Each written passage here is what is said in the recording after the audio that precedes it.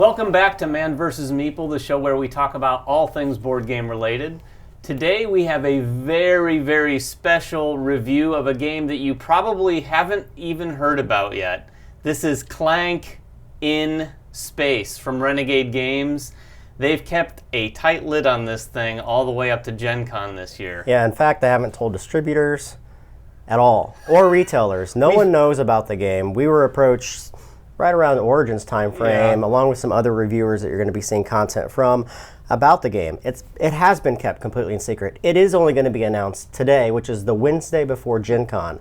So these things are going to be going into distribution right after Gen Con, but they're going to be available for sale at Gen Con. If you thought you had your list of to-get items at Gen Con, add one to the list, because this thing is going to be super hot. So it's not an expansion. It is a standalone, brand new game with some new mechanics. The whole idea in this one is that Lord Eradicus, who is this evil baddie, very much like the dragon in the old game, has captured all the treasure in the galaxy, and he's doing his victory lap around the universe, and we're all thieves, trying to get into his command module and steal treasures from him and get back out on escape pods. Yeah, we're basically stowing away, if you will, on his spaceship, which is the board in this one, and it's a modular board too. Why don't we talk about the components? Yeah, so the components themselves, you have a spaceship, and on the spaceship you have a bunch of components that will fit together to form the spaceship itself. Now, 3 of the boards within here are double-sided, so you can change them around as you so wish. They're going to either remove or add more major and minor secrets into the game and just change the paths on which you're trying to move. Along the top, you have your health track, very similar to the original. On the bottom, you have your Clank space. This is where you're going to be putting all your noise into. You have an area where all the players are going to start on the game, and then this is the cargo bay itself. Each of these modules is named a very specific name. I'm not going to go through each of them. However, functionally, they work in this way. You have 3 modules along with the cargo bay and then the command center. The command center is completely locked off to players. Right, you cannot get there no matter how hard you try until you've done a very specific thing in the game. Right, so your whole idea is to do these specific things within the game and then make your way to the command center, very much like the original Clank, grab a treasure, and then get back out of the ship before everyone else. Along the far right side of the board, you have your boss track. This is, again, very similar to the original. He's going to be moving up. Each time he moves up, he's going to be able to draw more cubes out of the bag and try to kill the people that are invading a ship. You're going to see some new components on the track. These are bounty hunter tokens, which will be seeded into these areas. There's 4 possible bounty hunters. These will go into the Clank area. When the boss cards are drawn, they're going to be put into the bag. Yeah. Effectively, though, what they do is they're going to hurt everyone at the table anytime they're drawn, and then be put right back into the Clank area. So they're going to be reoccurring throughout the course of the game. Yeah, once the bounty hunters are in play, you don't just wish your color doesn't get drawn out of the bag. You're not looking for those red ones to be drawn either. Right. Now let's talk functionally about the game itself. Each of the spaces work very similar to the original Clank. You have your main spaces that you're going to be moving through the board. You have locations that you'll have to move through on these tracks. You have enemies that you'll have to move through. You have locks, of course, which again are found in your merchant stalls. Security zones here have the red. They serve a lot like the crystal caverns in the original Clank. Security zones, you have to stop there, basically. Right. And they are littered all over this board. I mean, there's some things in the game that allow you to kind of bypass those potentially. But in this game, once you hit a security section, you're dead. You're also going to notice several places on the board that have keypads on them. These are data pads. Each player is going to start with 2 data pad cubes that are clear acrylic cubes. Your idea in the game is to unlock or to place these into 2 very distinct locations within the game as you're moving. It is a free action basically on your turn once you move into one of the spaces. If it's not occupied by another player's cube, you are allowed to, if you so wish, to place yours in there.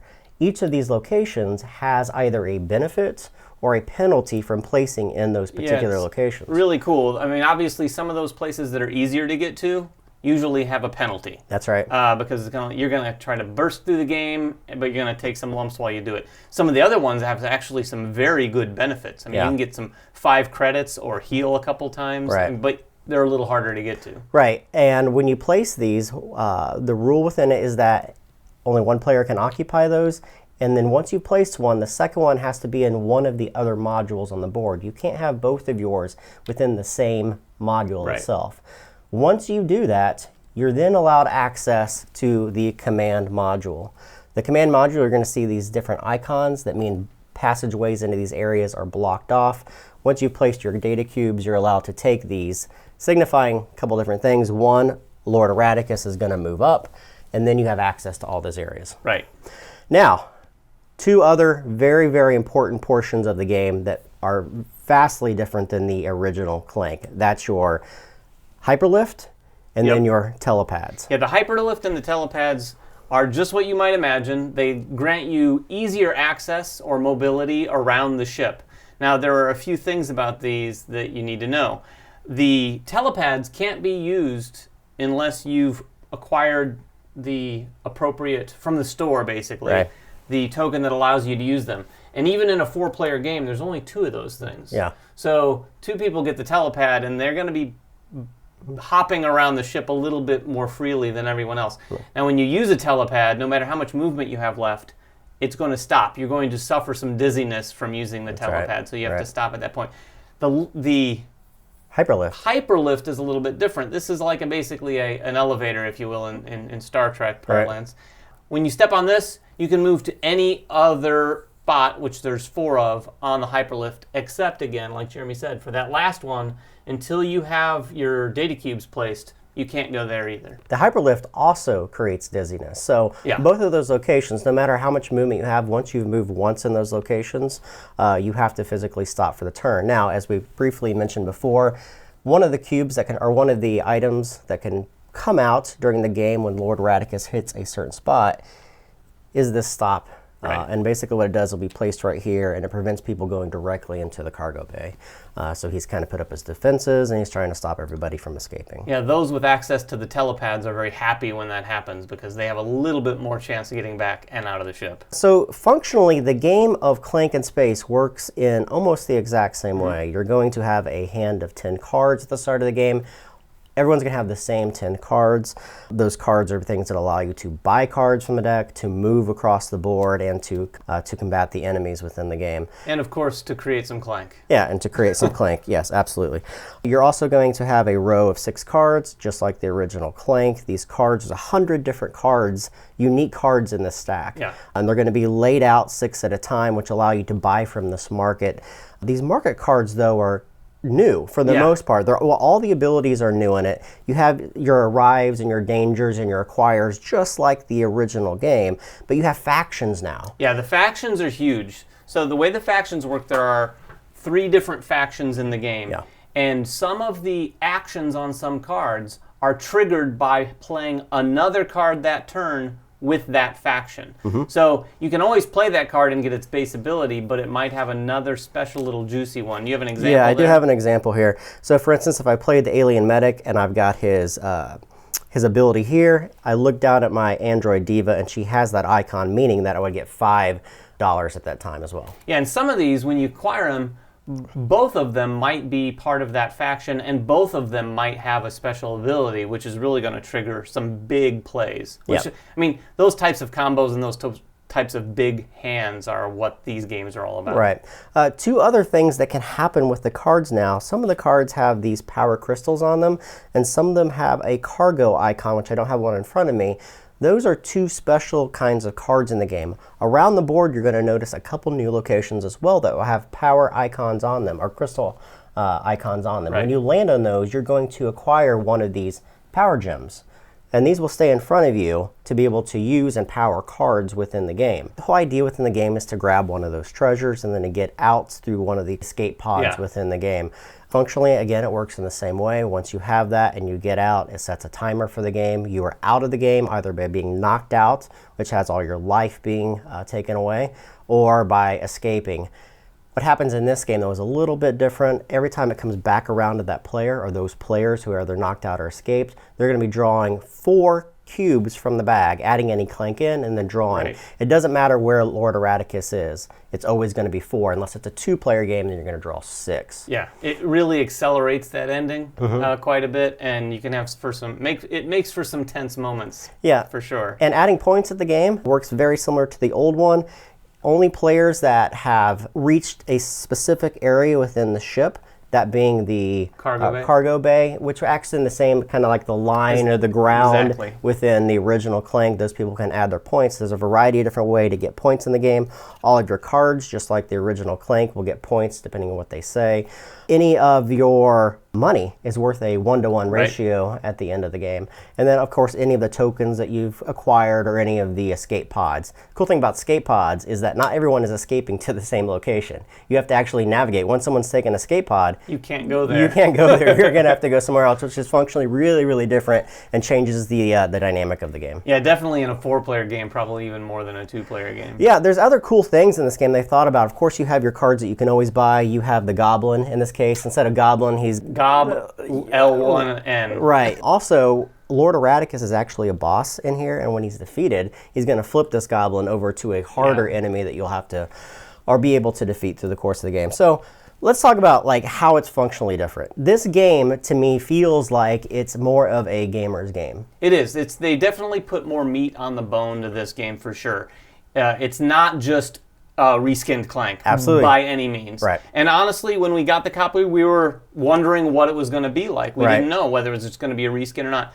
This had way more game to it than we'd even expected. And the new cards, I mean, aside from the factions, a lot of the way they came up with some really creative and new card ideas that they did not have in the original Clank either. And even some of the tokens. The tokens aren't all just like one-time use type things. A lot of them have some really unique powers. I picked up one that allowed me to use it as a crystal.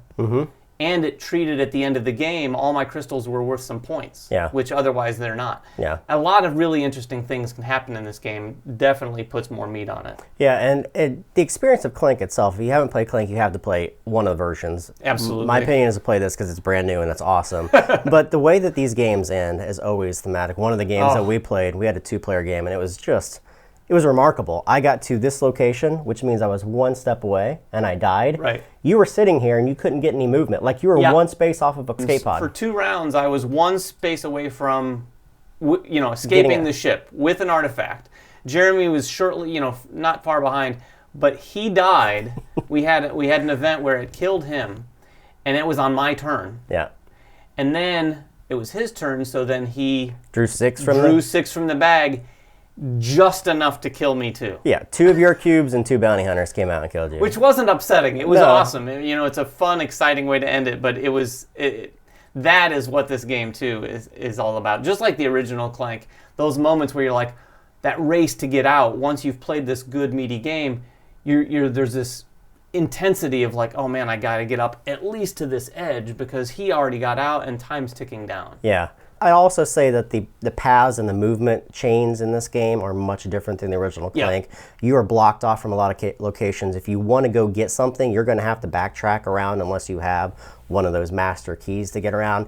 Plus the fact that you have to drop data cubes in specific areas. So that forces you to move around the board. Where in the original Clank, you're just going through the best path possible to grab something and come back out. This one, you have to go to very designated areas. Yeah, this will, those players who in the original Clank might just go for that strategy of dip down into the dungeon, grab that 5-point artifact, and get right back out and watch everyone else squirm. Yeah. It's not going to work as well here because you do have to put those data cubes out. I actually like that because it gives more theme to the game. It gives more motivation to get around and do things to the game. The other thing is we haven't done the math and added up and looked at all the different rooms and the different pathways compared to the old game. But this one absolutely feels denser. It feels much far more dense. Yeah, it does. There's far more options. There's themes to the different areas. This is the med lab module. Healing, so there's a lot of rooms with healing going on there, but of course they all stop you. Yeah. That's another thing we found out too, is just damage in general. There's a lot more damage type stuff that comes out in this game. I didn't remember in the original Clank a lot of push and pull on our hit points. Yeah. Like once you it just kind of got out of control. There wasn't a lot of options for healing, I guess. And this one, there's a lot of options for healing. So I was in a situation in our first game where I was 2 away from dying, and very then I got early too. all the way back down to just 2 hit.